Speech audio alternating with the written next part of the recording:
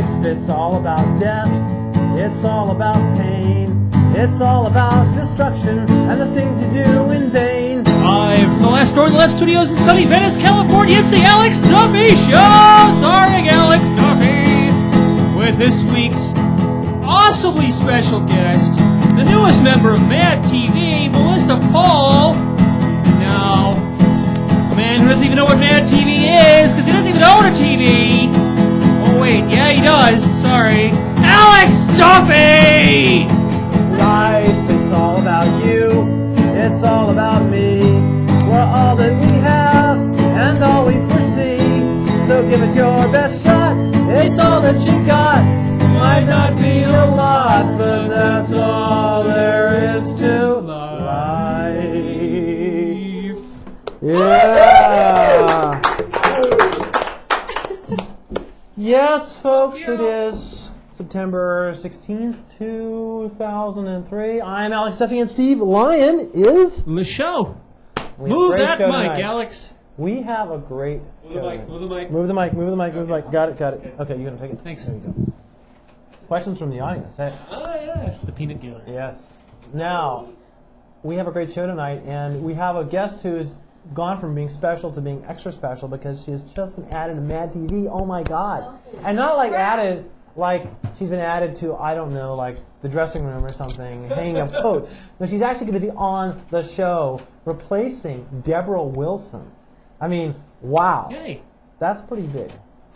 So we'll just do the news really quick, and then we'll go right into the show. And I do want to say, Steve, that the recall has been delayed again. Yeah, well, I don't think it will be delayed. I think the Supreme Court will overrule the Ninth Circuit. Do you think that there's any chance that Gray Davis will somehow just pull it off? No, no, he's out. He's dead. He's out. And then now let me bust a monkey? Probably. You think so? Probably. That's my bet. Yeah. Want to put money on it? No. I was still hoping Mary Carey, but okay. Yeah, good luck with that one. Yeah. Okay, fine. Well. What do you think of Wesley Clark? He has a good chance, actually. Yeah, because everybody else is just such a bunch of losers. Yeah. You know, it's. We do this. I'm letting our audience know we do this to date the show. So if someone watches it 10 years from now, they'll know that it took place in this era. Right. It's like if we were started talking about Vietnam and all that, they'd know it took place 35 years ago. Right. Exactly. So that's how we operate. That's how we operate. Now, our comedian tonight, and don't show her yet, Steve. All right.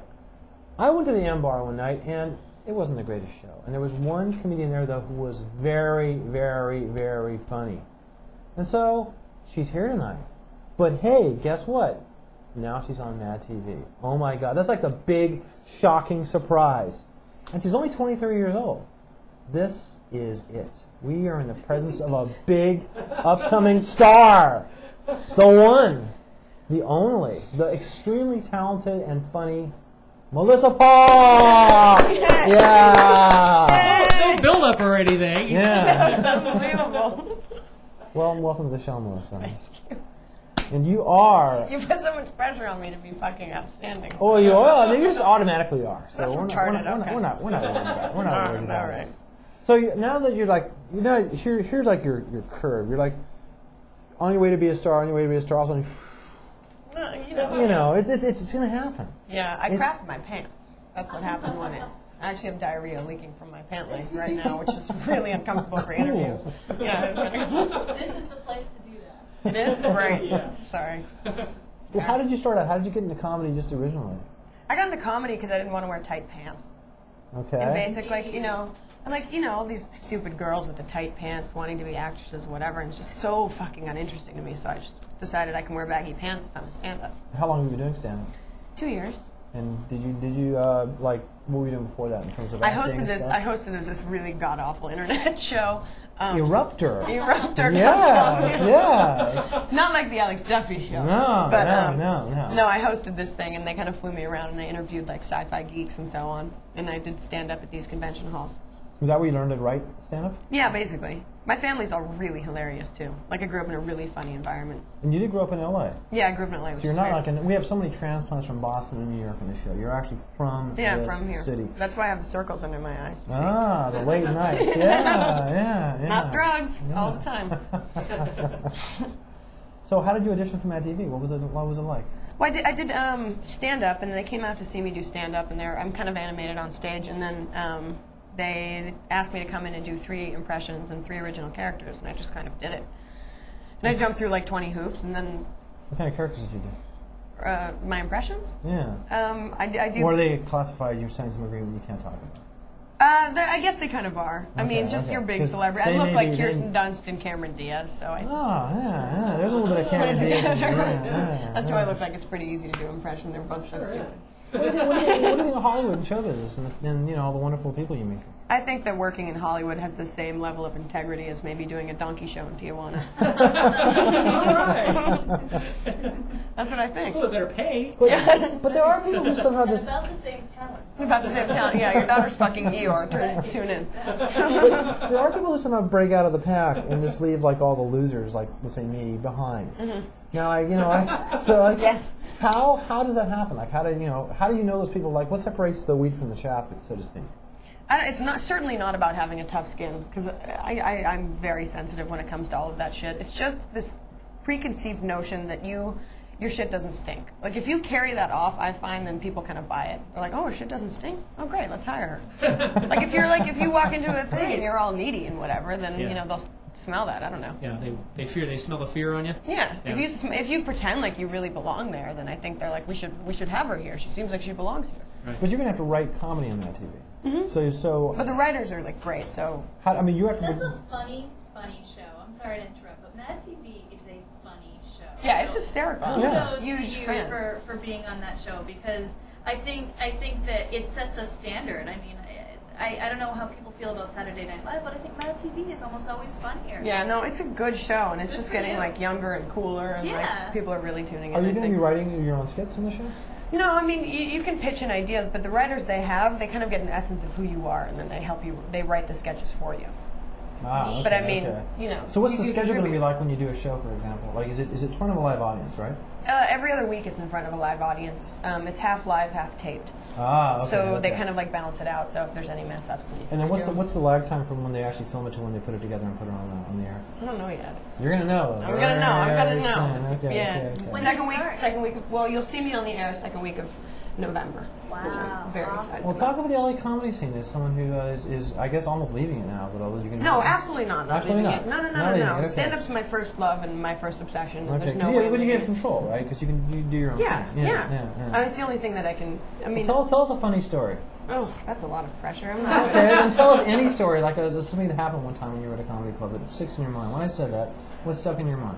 I called another comic a date rapist on stage one time. Wow. Well, because he just had a creepy vibe, and he'll know if he watches this, but he came outside, and I'm a female comic, and you're supposed to be a little bit more considerate. I'm not asking for equality, but, whatever.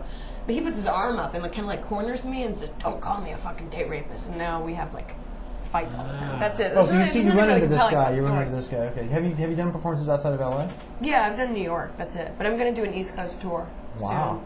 Opening for another comic, and it should be cool playing college towns and see if the other parts of America don't find me offensive. You should tour the South. I'd love to tour that. I just want to tour. Alabama, yeah. Yeah, that's the kind of shit I want. I want people to throw things at me and really go the head. Yeah, I want to fight and stuff. I'm happy to yell at people from stage. Cool. You've also worked in the music industry, too. Yes. I just actually quit my music business job, which makes me very sad. But, I've worked in music publishing now for 6 years. No more comps. Huh? No more comps. Oh, I can still get comps, oh, man. Okay, good. I still sleep with all the musicians. I do. Not a joke. Tell us about the tampon commercial.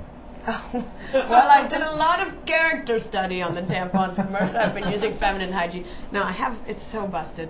It's so awesome. I do nothing in this commercial. I literally just nod my head, and I get the same kind of pay as the lead girl. But it's a famous commercial. Yes, it is. The girl with the tampons out the window. I had a brunette bob at the time, but she's not the girl putting the thing out. She's just the girl on the party. Yeah. Okay. I don't know if you've seen it. This. You've seen it. You've seen it, but I haven't. Like Steve knows this about me. I see feminine hygiene products on TV, and I'm like, I hate them because they have these blueprints of women's panties, and they show liquid spilling out of them disgusting. and shit like that. That's like that SNL where it's "Oops, I crap my pants." Yeah, exactly. So funny. So I will have to look for that because because it would almost be a fantasy of mine to be on like a feminine hygiene commercial and just sort of like exercise my demons. Yeah, but like on you those have it to things. say. You'd have to like develop. You have to discover like a new kind of tampon Right. and actually have your kind You know, do you remember the Tampax commercials where they showed like all these girls on a beach and they're all hanging out and they're playing volleyball and stuff, and the tagline was Tampax was here. And I always thought that was the worst. All I think about when I see like douche commercials or Yeah. like tampons commercials, they're big, sweaty, gross vaginas. That's all I think about. Don't you? Well, yeah, okay, yeah. It may be like it might as well be like a big vagina talking to me. When Yeah. like you having like you're at a dinner Well, party. in Europe, they probably have a talking vagina. They- You yeah. know, they probably did because they figured it would sell. You know what? Actresses probably have figured out how to make their vaginas talk. Oh, sure. I'm not, you know, they're probably pretty serious What about it. strikes you as funny these days and worth writing about when you do comedy? The things that the boys talk about. Like what, for example? Like, yeah, I don't understand. It's such a double standard. Like, male comics are always like, I don't want to see period jokes and whatever, but they can do, you know, raping jokes and whatever. What's funny is the things that shouldn't be funny. Obviously, I'm sure every comic said this, but the things that are really dark and uncomfortable to talk about, like funerals are really funny. You know, like death is hilarious. Yeah, you know? but I agree with you actually. It's funny. Most of the times when I talk about stuff like that, it kills the show. But you agree with me on that, so that's No, good. I mean, listen, all the, you know, clowns are funny and the whole thing, these are all funny, tripping's funny, whatever. What's but funny like, about funerals, for example? just the, It's you the know, what's great- so it's the ridiculous. great send-off, So you know? ridiculous is the how they play the favorite song when you walk in. I don't know. I've been to a couple of funerals and they're like, "Oh, the Walrus is playing. That was his favorite song." It's so fucking stupid. I don't know. The whole it's just kind of stupid and the What's afterlife actually and the whole. funny about 9/11?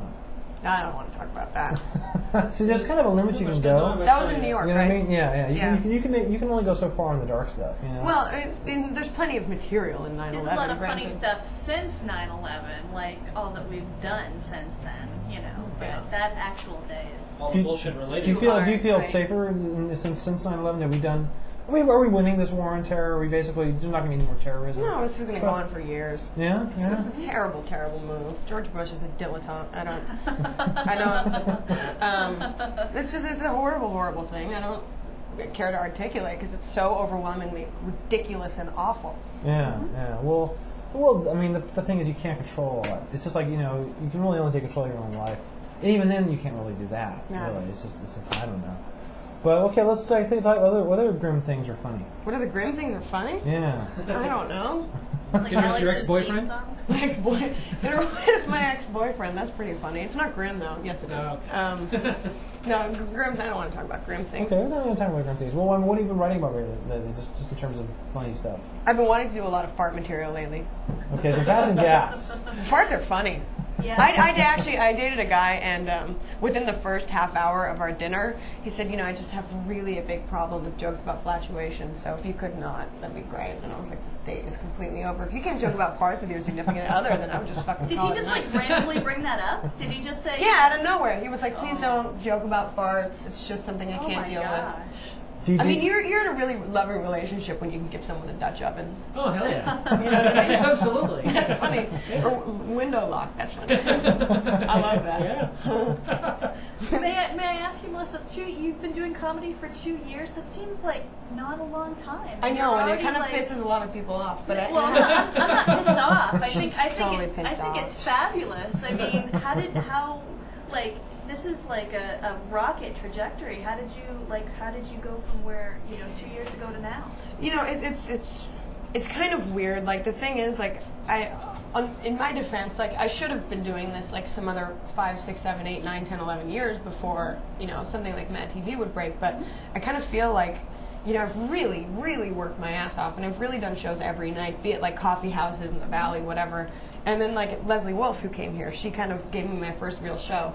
And she, kind of helped me out, and I've just been working really hard. That's good. You know what? I think you never have to apologize for being successful. You know what I Yeah. mean? Like Steven Spielberg does not apologize for being successful, Yeah. and neither does anybody else. Mhm. Like anybody who is successful. Well, comics are really fucking competitive. And Yeah. that's the See, problem. that's something that I'm not as I have no way of wrapping my mind around. Yeah, it, it's so. the whole business is awful. All my friends who are like these Do you ever model date actor comics? types. Have you dated comics? I've had a one-night stand with a comic. Yeah? Was it funny?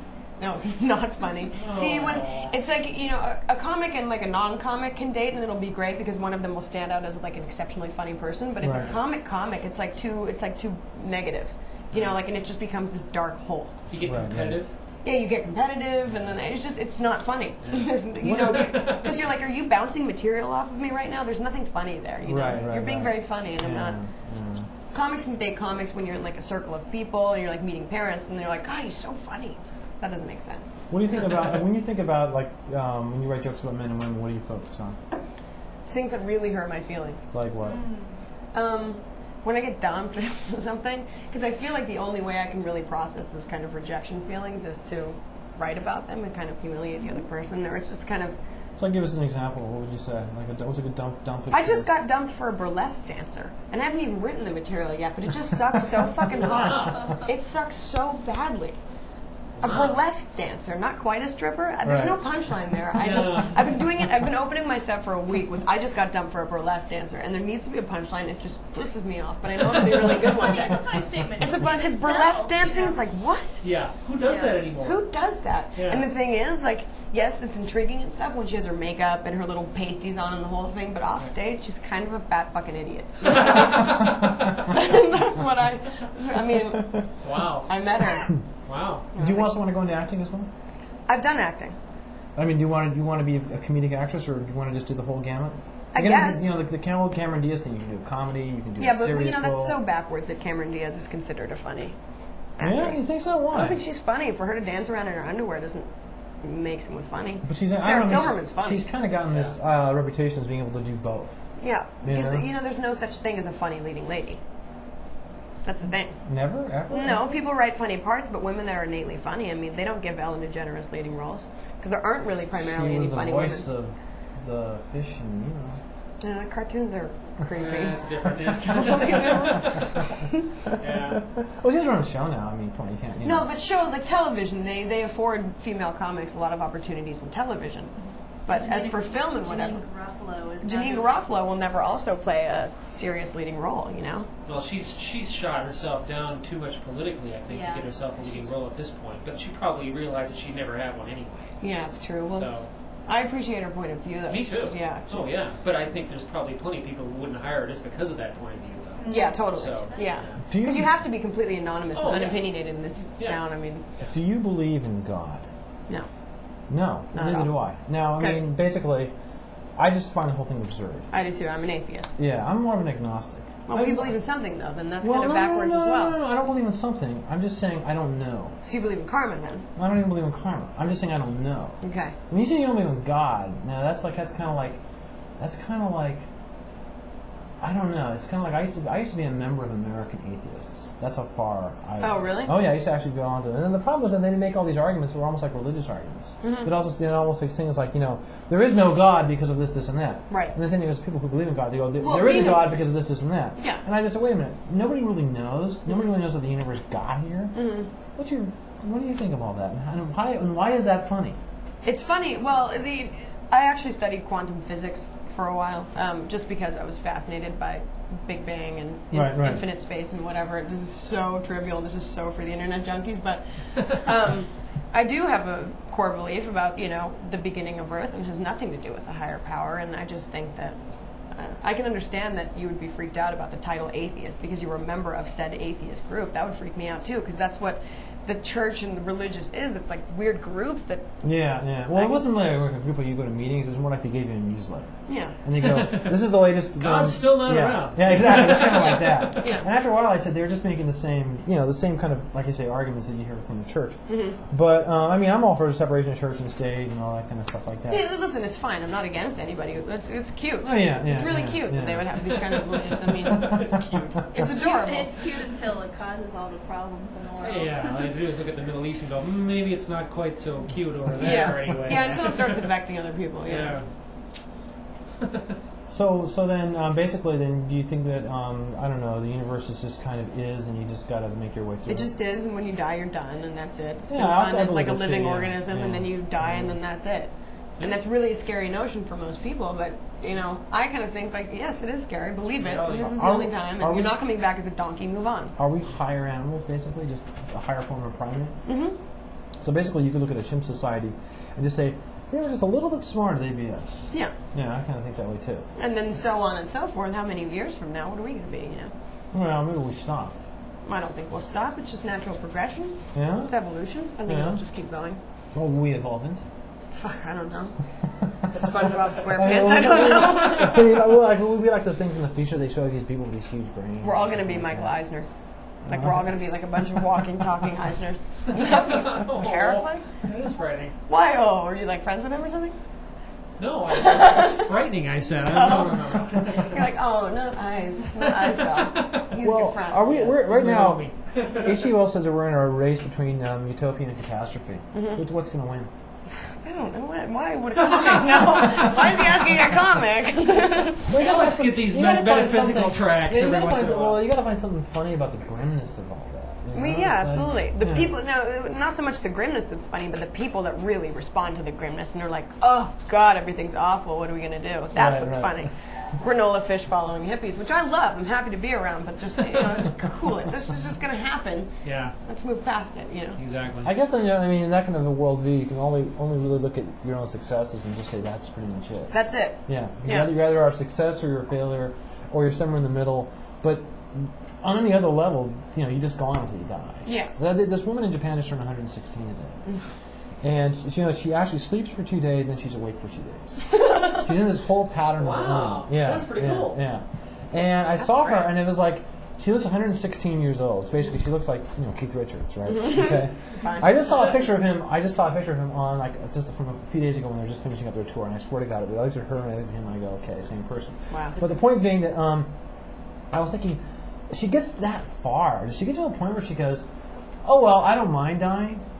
Or does she still go, no, I don't want to die? At some point, wouldn't you just fucking quit? Wouldn't it be how much fun can it be to be 116? But what if there's still fun things? What if she just read a book the week before and she goes, that book was so funny? That's too zen a concept for me. It's too peaceful. Yes, I'm sure she had a nice cup of coffee and it's worth living for. Yeah. I mean, at 116 years old, you're just kind of like testing to see how far you can go. Yeah. It's like doing as much cocaine as you can, so you think you might die. You know what I mean?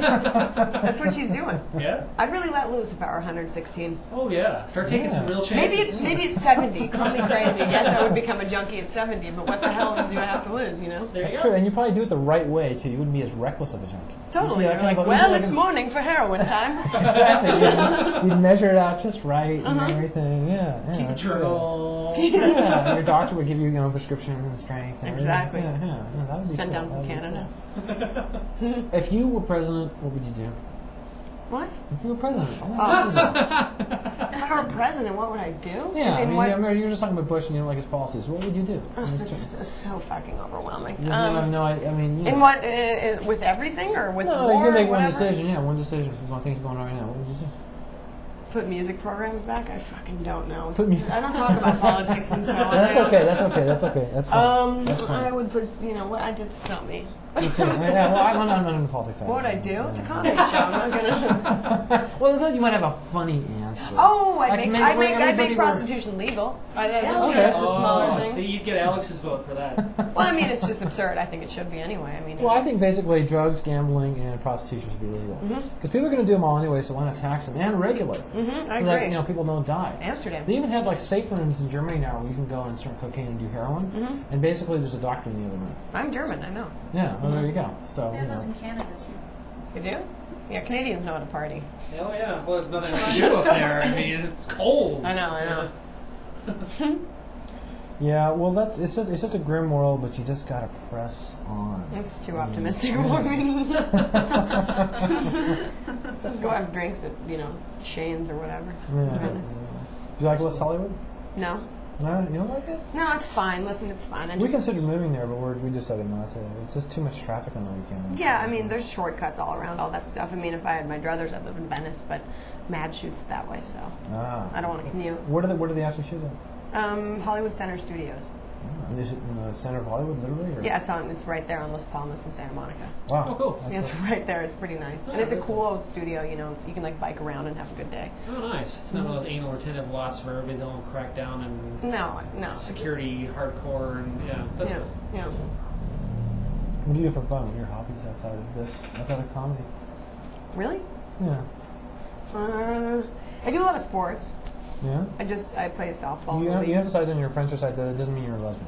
What? You said on your Friendster site it says Well, something. because people think I'm gay all the time. I'm dressed very feminine today all the time. Really? Yeah, because I usually You dress. don't give off like a gay... Yeah, you don't have Really? that kind of No. gay short haircut. This is totally gay and short newscaster boring haircuts. It has to be shorter than that. More Well, than it used to be.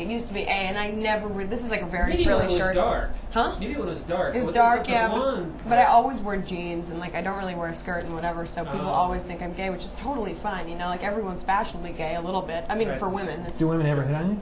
all the time. Oh yeah. Yeah, Oh. Friendster is really. I got a lot Really? of lesbians hit me up on Friendster. Lesbian love. On the old And I don't say interested in dating men and women, you know, or Right. Well, they just think you're really butch and they go, oh yeah, I want that. yeah. Well, for a woman to actually be outspoken and opinionated, like I yeah. am on stage, You must they're be like, gay. she's got to be gay. Yeah. No, I'm just actually terrifying. Is the response I've been getting from men? Like she's so intimidating because she has so much to say. Yeah, you would be kind of intimidating, I think. Too. Exactly, To a 'cause guy you who like doesn't, shy girls. Have all this shit together. Yeah. You'd like run all over him. Shit together or not, it just takes someone with balls to be like, "Can I take you out to dinner?" And people are like, "Oh, she's gonna make fun of me on stage," which I probably will. But Right. Yeah. without a doubt, I think it's probably very funny. Well, I mean, in other words, where else can you get material from? Exactly. Yeah. And I don't want to do all dating material, but I just don't give a fuck enough about politics, you know. Yeah. Well, politics, is, we just fall back on that.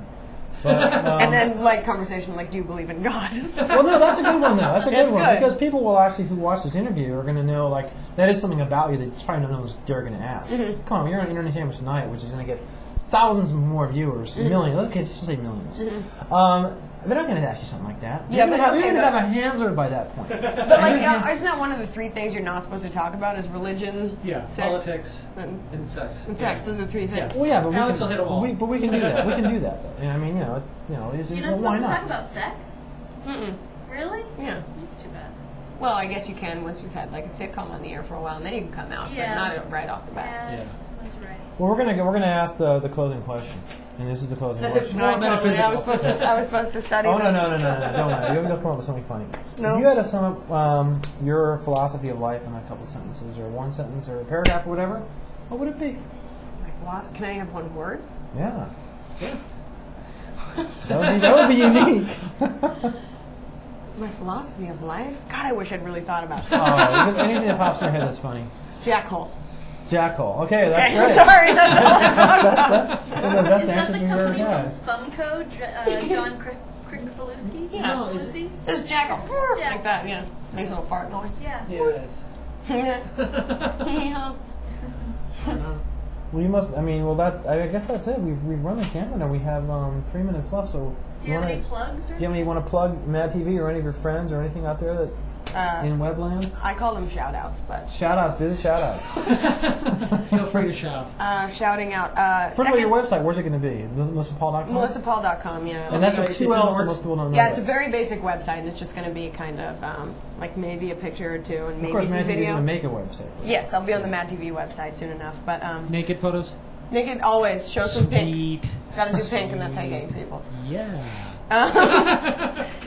Second week of October, I'll be in Raleigh, North Carolina, just in case anyone's there. Okay. That's awfully random. For a week, and then the first week of October, I'll be all over New York. And then watch me on Mad TV starting the second week of November, November 15th. Very cool. Yeah. Very cool. Very, Are you nervous at all about that? What? Are you nervous about that? Of course I'm nervous about it. It's a big-time television show. I'll Yeah. probably fuck it up. No, you won't. No, I won't fuck it up. But I do want my friends to You'll watch. be fabulous. Yeah, we'll it's see. going to be fantastic. Tell us about the tour you're doing, and you're going off in a few weeks. So. Yeah, I'm opening on the road for Charlie Bearcola, who's a very, very funny comedian, and it's really nice that he asked Are me you to going to do get it. like about 30 minutes stage time? Yeah, I get 30 minutes before him, and then Wow. he does an hour.